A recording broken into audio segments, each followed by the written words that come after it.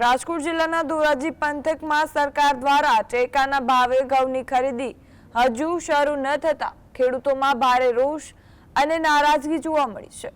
રાજ્ય સરકાર 4 એપ્રિલથી ખરીદી શરૂ કરવાની જાહેરાત કરી હતી, તેમ છતાં 1 મહિના પછી પણ ધોરાજીમાં ખરીદી પ્રક્રિયા શરૂ થઈ નથી। ખેડૂતોને ખુલ્લા બજારમાં માત્ર 400 થી 425 રૂપિયા પ્રતિ મણના ભાવ મળી રહ્યા છે, જે ટેકાના ભાવ કરતા ઘણા ઓછા છે।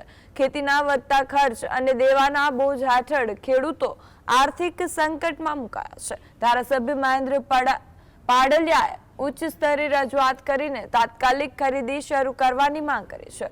ખેડૂતો તાત્કાલિક ખરીદ કેન્દ્રો શરૂ કરવાની માંગ સાથે સરકારને અપીલ કરી રહ્યા છે।